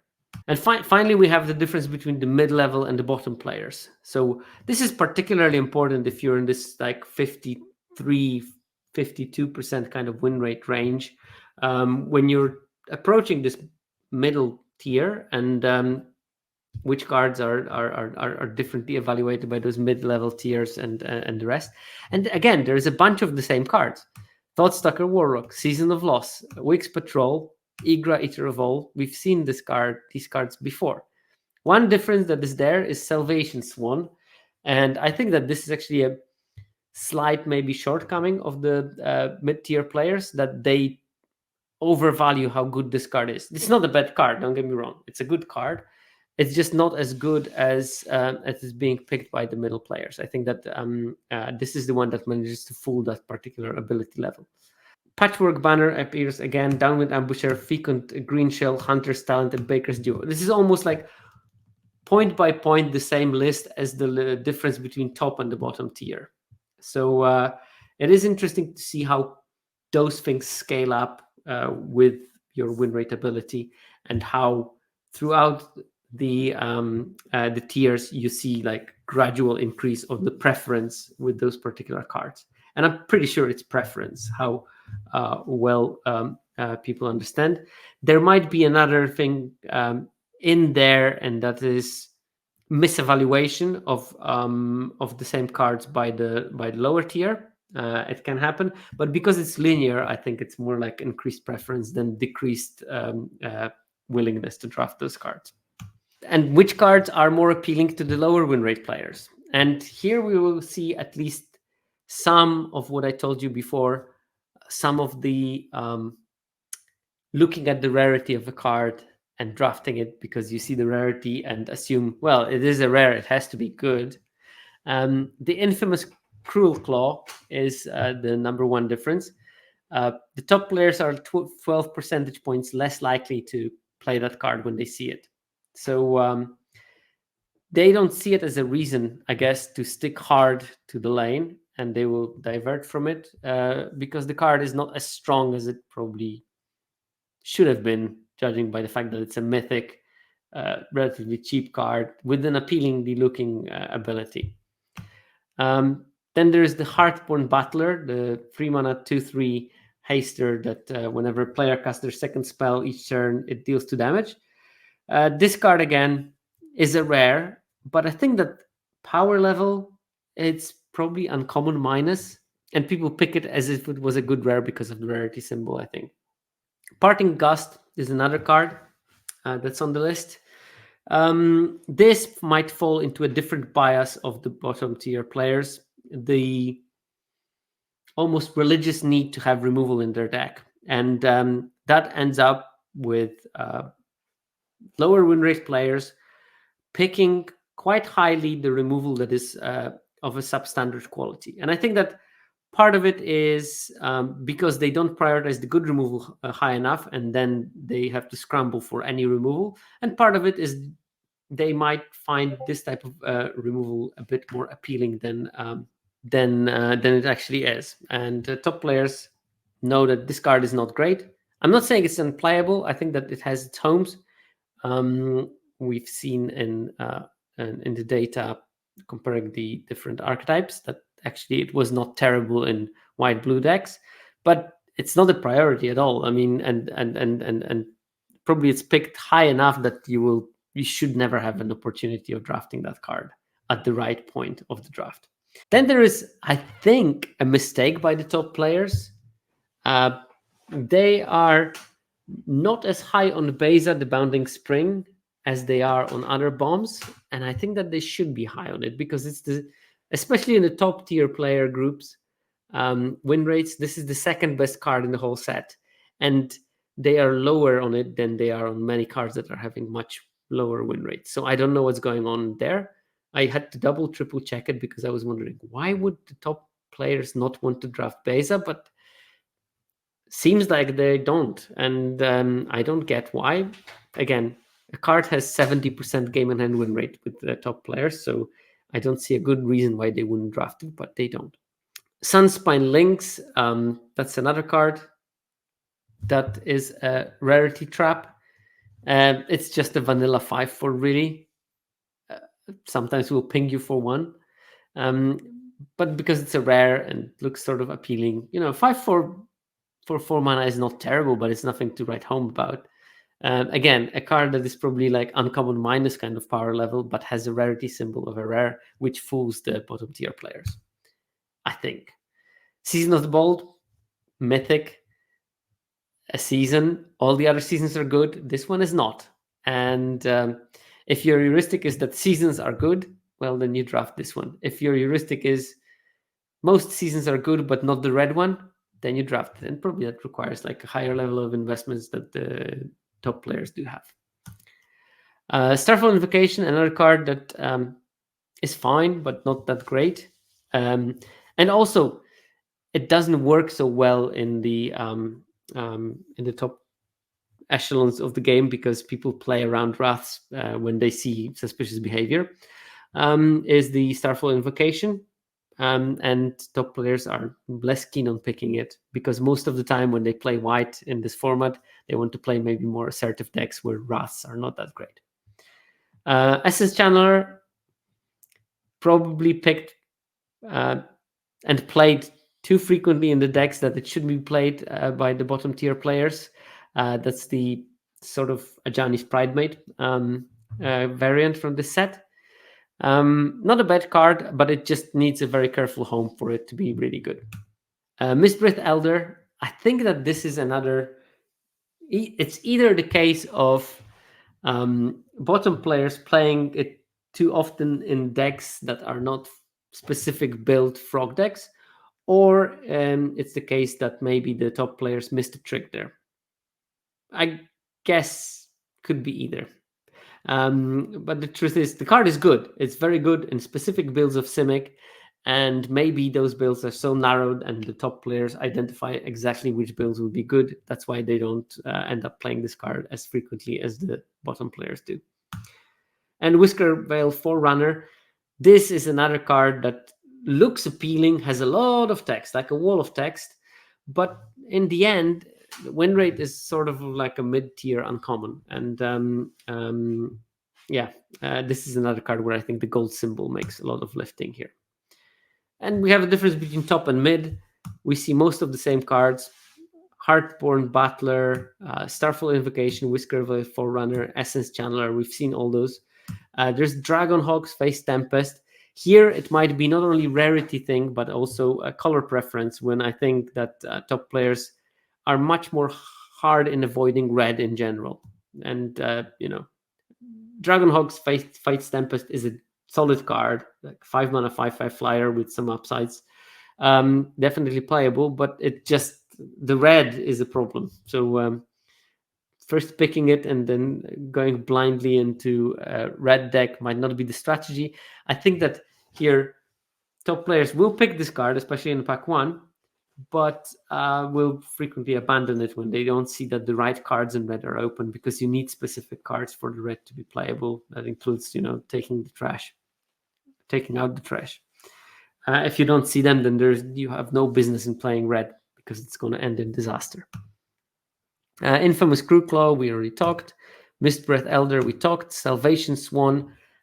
This is, I told you that mid players have a particular affinity to be playing this card. And you can see it also from this data. Science-Spun Links and Parting Gust, we've seen those cards before. So you see the certain categories, and there's like removal cards with the slightly subpar removal, cards with high rarity that are not as good as they seem, and maybe cards in colors that are not as preferred by the top players. Okay, the difference between the mid and the bottom. And again, we see Beza the Bounding Spring. It's not only not preferred by the top player, but also by the middle players. Again, no good explanation why they don't want to be playing it. Make me think, is there some artifact in the data or something? Because it just sounds weird. Infamous Cruel Claw. We talked about it. Wig the Horled Mind. This is another card with the very mediocre win rate that has the higher rarity symbol. And, I played it in the qualifier, but I was not happy about it. I only played one of the two of the wigs I drew. I opened. Season of the Bold. Another same example. This is the not good season, and it still has the same rarity and same appeal of, that must do so many things, but it doesn't. Parting Gust. So those things are also very linear, that change between the tiers in a sort of linear way. Hugs. Bottom players will like Hugs more than the mid players by quite a lot. And we have a Jackdaw Savior, Sunspine Links. Coiling Rebirth, that's an interesting one. This is the card that might also be the trap. Reanimation spells always were more popular with the lower win rate players because they offer this amazing dream. But specifically in this format, it's really hard to fill your graveyard with something good. There is no dedicated mechanic for doing that. But it's a trap card that maybe the bottom tier players fall easier into. And Lunar Convocation, which can be a great card, but it really, really needs a specific house for it. And if you don't have it, it's just going to be pretty bad, even in a dedicated bad deck. But the bad deck without the right synergies in it. Distinct types of those cards that we've seen. Most common one is the linear, where evaluation changes consistently across tiers. So if the top players pick it way more than the bottom players, then the middle players will be somewhere in between. So they will be picking it less highly than the top players, but higher than the bottom players, and so on. Then there is the upper difference, where the top players evaluate very differently than the bottom and mid. And lower difference, where the bottom players evaluate the card very differently from top and the mid. And there will be what I call development traps, where mid players evaluate differently, both from both bottom and top. It almost reminds me of this stupid meme format when there is the IQ curve and there is like people with 140 IQ saying the same as people with 60 IQ, and then there is the 100 IQ person that does something that is usually pathetic. But yeah, these are the cards like that. That difference is in the middle. You sort of fall into the trap that you avoid when you're a low win rate player, and you avoid when you're a top win rate player, probably for different reasons, but the result is the same. In case of linear card examples, I think two great examples from this set is Stucker Warlock and the Patchwork Banner, but there was many other cards that had similar trend. Best examples I found in the cards that bottom players prefer more, were the infamous Crew Claw and the Sunspine Lynx. So top players avoid it like not a plague, but avoid it. And then middle players are tempted a bit more by those cards and play them more frequently, and the bottom tier players play it as much as they can. In terms of the upper difference cards examples, these are the cards that top either prefers or avoids. The cards that top players prefer, Glarb and Daring Wave Rider, are great examples. These are specifically preferred by the top players, both in comparison to the mid and to the bottom. In terms of avoiding by top players, Starfall Invocation and Whiskerville Forerunner are the two examples of cards that the top players avoid much more than both the middle and the bottom. And in terms of lower difference cards examples, the cards that both top and middle tiers prefer much more, Curious Forager and Harvestite Host. So these are the cards that once you hit this middle tier, you understand how good they are and you evaluate them correctly and you pick them the same way as the top players do. But if you're on the bottom, you don't. And the opposite, the cards that one is a trap and one is, I think, an omission by the top and the middle tier players.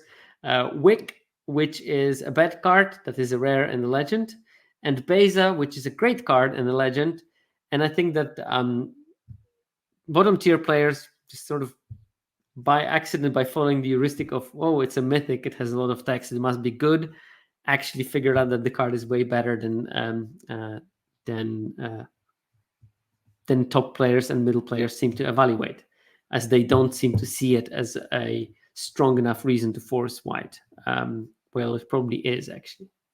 Judging by how often do cards with a similar win rate end up in the decks of top tier players. So like if you have a 70% game in hand win rate for the top player tier, they will more or less play it 70% of the time they see the card in a pack. Well, with Beza, it's only like 60%. So slight difference, but that's a lot of equity that people leave on the table there, I think. Right, the last part is the win rate difference, because we talked about the pick preference and how people put cards in the deck, but of course it's also important that some cards disproportionately perform better in the hands of the top players. And we're going to look at the difference between game and hand win rate between those groups. So the average win rate between top and the bottom players is roughly 10 percentage points. So these cards we see have more than 10 percentage point, which means that they do disproportionately better in the hands of the top players. And what a wide collection of talent we have in that list. So first card first, Valley Flatcaller. This is the card that does pretty well in the hands of top players. Like, especially for a blue card, it has a really solid game in hand win rate, and it does atrociously bad in the hands of the bottom tier players. Like, it does below par for them, which means that this card requires probably a lot of skill to play. I think that it requires a skill in deck building, it requires skill in how you play the game, decision making, timing, all those things combined in this card, and it makes it great in the hands of top players and not so great in the hands of the bottom tier players.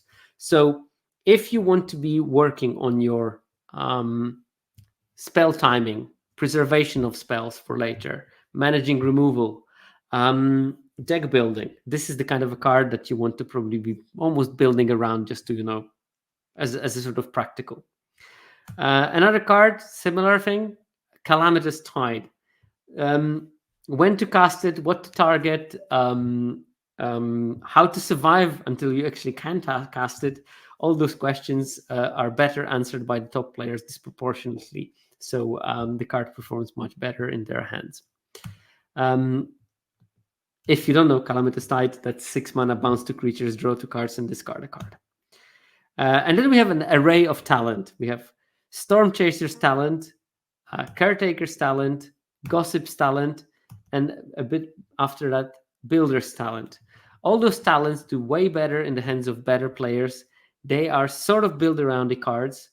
And I think that build-arounds do require skill, do require a bit of theory crafting ability and things like that. These cards are particularly complex in terms of how you can miss interactions. I've been a witness to some misplace with, for example, Caretaker's talent when, I don't know, someone cast Carrot Cake and instantly sacrificed it instead of waiting for the opponent's turn to draw an extra card, and then they were 1 card short of winning the game, for example. So there's all those little things that you can miss with them, and you need to sequence things, plan them around, decide whether I can cast Caretaker's talent on turn 3 and not commit to the board and then come back later in the game, or do I develop my board, then cast Caretaker's talent and start dropping off tokens? All those decisions are complicated, and all those talents are tricky to play, and they will have decent results when you're a good player and maybe less so if you're not. This also means that those cards are probably better than the data will suggest, because Builder's talent is a way above average card in the hands of the top players, but it's also another one of those where it's a way below card in the hands of the lower win rate players, because top players will know what is the density of your non-creature, non-land permanents that you can cast to get the +1/+1 counters, and what is the density of creatures you need to put the counters on. So there's like a combination of so many things to make those decks operate in full, and that does require some skill. So talents, great mechanic. It seems to give the some edge to the top players so they can feel better about themselves. Another card on this list is Mind Whisker. This card also is tricky to play. How to build your Surveil, how to survive until you have Surveil with Mind Whisker not being dead, and thus increasing your chances of win. Because if it's active and all the creatures that opponent controls get -1/-0, that's a very powerful card that really shifts the combat maths in this format. I already told you when we were talking about the patchwork, whatever the patchwork mana rock, that +1/+1 in this format is a lot because the sizing of the creatures is very narrow. And of course, -1/-0 is very similar to +1/+1 in a way. It doesn't speed up your clock, but in terms of combat math, it has a similar effect. And that's a very powerful effect then. Spellgyre, another card that is all about timing, building deck, and also blue being generally more tricky to play. Same with Splash Portal and Runaway Together. All those cards, they definitely require a lot of timing. And by the way, I already complained to Alex during his stream, but Corticols had a great piece about his thoughts about how to play blue. And so many of those cards, without him ever, dirtying his hands with data analysis, but so many of his insights were so similar to this, and made, of course, independently. So I would like to give him some kudos for arriving to the same conclusions that took me some data analysis to come to, and he manages to arrive to them just by observing how cards are being played. What a talented observer he is. Then the cards that have biggest difference between top and middle players. Tangle Tumbler is the actual tiebreaker. So if you're in this middle tier, if you're like 55-56% win rate, you might either put Tangle Tumbler in fewer decks where it's bad, or think carefully when is the deck, what are the decks where it's best for, because that's the difference between top and middle players, is impersonated by the Tangle Tumbler, the 3-mana 6/6 vehicle with vigilance, but you can only crew it by tapping 2 tokens you control, and can also tap to put counters on something. Card can be good, card can be atrocious, and it takes the top players to actually determine when it's at its best and squeeze out the most synergy out of it. And I think we will have several of those cards that are density driven in this list, because we have like Harnesser of Storms. It requires density of non-creature or other spells to be actually useful, because on rate 3 mana 1/4 is just so bad that it needs this extra like density to be playable. Seasoned Warren Guard. It's great to attack with the 3/2 on turn 2, but it will not happen very often if you don't have density of token generators. So another density kind of card. Tempest Angler, only as good as the density of your spells. So I think that in this particular format, what is the difference between the top and the middle players is the estimation of what is the right density for those cards to be good. And top players will be better in estimating what density is it worth to play the card and what density is it not worth to play the card. We say Long River Lurker, that's the density of your ETB effects because you want to pound something. Gossip's Talent, similar case. That's when to play it, when not to play it, when to expand it, when not to expand it. Builder's Talent, sort of density. Sunshower Druid, this might be the case of not recognizing that this is a strictly frogs card and putting it in the non-frog decks and then tanking its win rate, because we've seen before this card is almost exclusively good in the frog decks. And Stormchaser's Talent and Splash Portal, same as the before. Top players is much better in playing those kind of cards.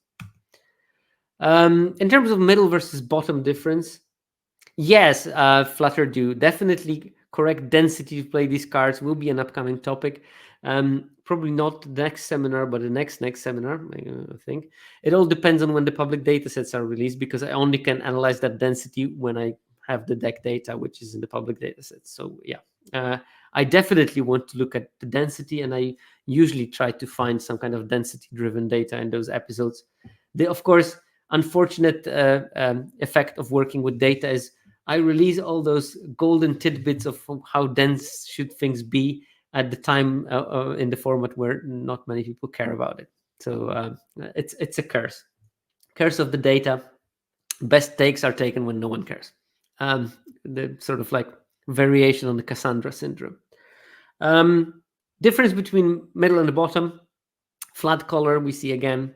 Calamitous Tide we see again. So this clearly is something with the Valley Flat color and the bottom players, and Calamitous Tide and the bottom players, that makes this huge difference between the win rates.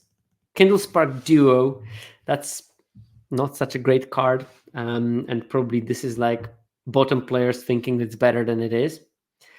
Just by seeing some less invested players, they always find this pinger appealing, and there are formats where the pinger is decent, but there are pingers where it's not. Fountain Port, this can be a mixture of being able to use it, knowing which option to choose, and knowing when not to put it in a deck because your mana is bad. Mind Whisker, as I said, tricky card to manage. Spellgyre, tricky card. Mockingbird, this is an interesting one. I think that in case of this card, there is an issue with should I play it early? Should I play it late? Should I still wait because none of the targets are appetizing enough to cast it on? So there's like a couple of things to think about Mockingbird. And like, for instance, again, because most of the streams I watch is Corticals, he is very good in like knowing when to drop it on turn 2 or turn 3 when the target is juicy, and when to hold it for longer, for example. I've seen a couple of plays that he made with that card. And then we have like these cards, probably less consequential, but Might of the Meek, probably overplayed by the bottom players. Long River's Pool, tricky card to play, and I can guarantee you that the bottom tier players will have played it with too few blue sources that are capable of casting that spell. I've seen deck lists with Long River's Pool, 7 Islands, and the Lily Pad Village, or whatever it's called. And on 7 sources, chance of casting it reliably is relatively low, and you're going to be having games where you basically are playing with a functional mulligan. And the last, Hazel's Nocturne, another card with lots of choices to be made, when to cast it, what to pick. There's so much to do with this card that can be confusing, especially in the beginning. Right, now we have the cards where the differences are the least. And most of those cards will be cards that are just not working for the top players, or cards that are just so good that they work for everyone. And I think Pileated Provisioner is the kind of a card that doesn't work very well for the top players. It's just stats, and there's not much to do. If you're playing against other good players, very often there will be nothing good to put the counter on. They will be sort of semi-prepared for that, and that's the problem with the card. Also, like 3/4 flyer might not go unopposed against a player that comes from a top tier and knows that you need a specific number of responses to deal with flyers. Hardborn Butler, that card is probably also not working great for the top players. Innkeeper's Talent, it was visible. Innkeeper's Talent, just a busted card. It works whether you know how to play Magic or not. It will just finish the game. Arena will put the counters for you, so you don't have to worry about it. Yeah, great card. So it will just win games that you have no business in winning. So there's a small difference because of that between top and bottom players, because card plays on its own. Except for when I play it, when the opponent always is in disenchanted hand. That's a golden. Wick, the Horror Mind, just again, the card doesn't do much. But pure stats might be just doing it in the lower tiers, just across 2 bodies, while that floor is not going to be impressive when you're playing against like super streamlined decks and mythics. Hop to it, powerful, potentially game breaking, and doesn't require too much, so there won't be a big difference because you cannot also squeeze too much more out of it. So it won't give that super boost to the top players. It will not make them win way more. Just again, stats. These are the sort of cards that promote bottom tier players. So if you're one of my listeners who have below 50% win rate, put more weight into the stats of the creatures and just make sure that you play those efficient stats creatures, like the Pileated Provisioner, like Wick, like Hop to It, like Junkblade Bruisers. These cards perform way better. Wildfire Howl, I think it's because it doesn't do very well with top players. But Drift Bloom Coyote, that's another card that is, just good stats plus some removal. So, you kill that Offspring token and you have a solid 4/5. Fine. Plumcreed Mentor, put more stats on board, very much like Pileated Provisioner. So these kinds of decks seem to be doing well, like put some creatures and pump them up. Valley Quest Caller, Busted Bomb, just wins game on its own again. So I think that, bottom players, generally, they do benefit a lot from cards that provide good stats. Plus, it seems like mainly white cards in this particular list. The difference between top and the middle. Cards with the smallest differences, and actually cards where the middle players win more with the card than the top players. Wildfire Howl is an example of the card. Not a big fan of putting it anywhere, but it seems to be working for the middle players. Ruthless Negotiation. Also, this card wins more with the middle players than with the top player. And I don't have a good explanation why. So I won't give you one because I don't have one. I thought about it and I couldn't figure this one out. But we see Wig the Whole Mind. Again, stats. And maybe top players tried to be a bit too cute and actually tried to build a Grixis deck, which is maybe not the best of the ideas. Repel Calamity. Again, maybe in the Mythic there were too many Go White Selesnya decks or small Squirrel decks where you didn't have a target for them and the card tanked the win rate through that, while middle players played more against bigger things. Who knows? It's also like the whichever good deck I can imagine in the Mythic bracket, I'm dead sure that there is some either Crumb and Get It or Overprotect or Scales of Shale are running around to protect those big creatures. So Repel Calamity might be snatched by those spells more frequently than in the lower tiers, where people leave their big things unprotected more frequently. Brambleguard Veteran, good stats again. And I assume that there are some linear kind of progressions of things that do okay for the middle players compared to the top players. Waxwing Witness does really badly in top player bracket. Bumbleflower's Sharepod, no explanation there. I guess it does bad in top player bracket, although I don't know if I would play it anywhere outside of the decks that have Builder's Talent. But it can be that putting Bumbleflower's Sharepod in your deck in as a top player means that you're like heavy blue, no removal kind of deck, and these just do badly on compared to the generic win rate. And if they end up disproportionately in those decks, well, then the win rate is going to be tanking a bit. Maybe that's one explanation. Mouse Trapper, again, that card, people play around it when you are in top brackets weirdly. Wix Patrol, that's just, I think, flat level. It just does so well for the middle tier players when they play it because the card is just powerful. And Valley Might Color, another card that is very powerful and technically is a build around, but it's a very easy build around. Maybe middle players are better in drawing it on turn one.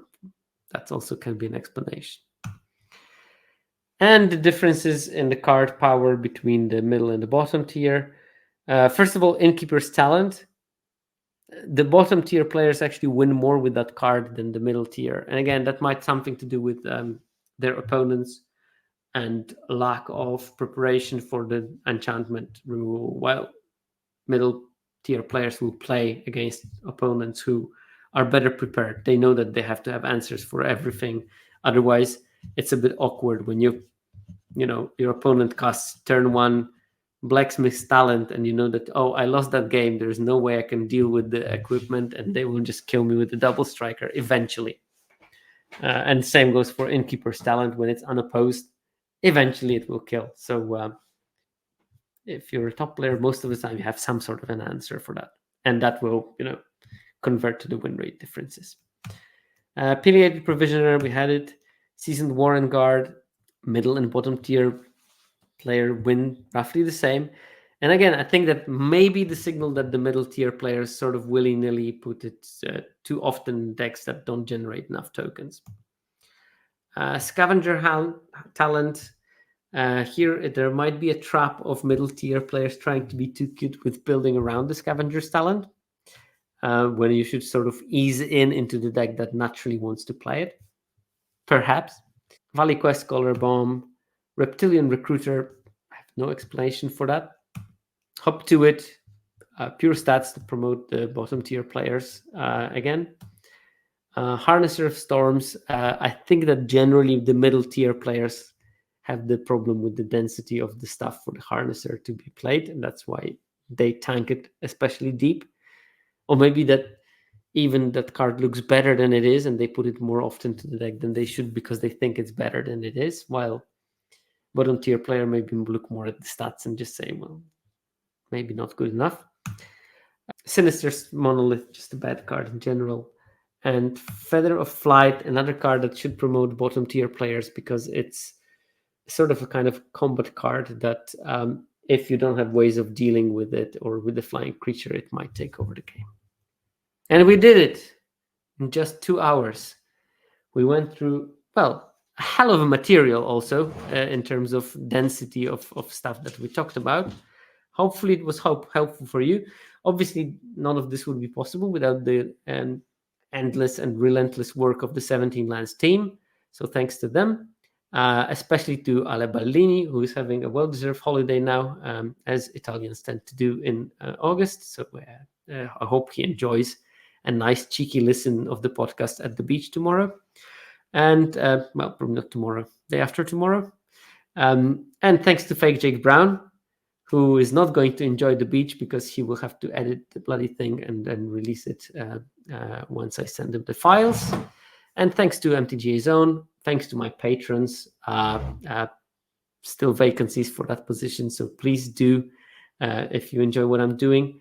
And yeah, thanks to all the people in the chat, and thanks to all the raiders that raided me when I was streaming. I think Rosemary T was doing it, and they are a good egg. They're a good person and a very interesting streamer. So thanks for that. And with that, I'll see you next week with a new episode where we hopefully talk a bit about signals.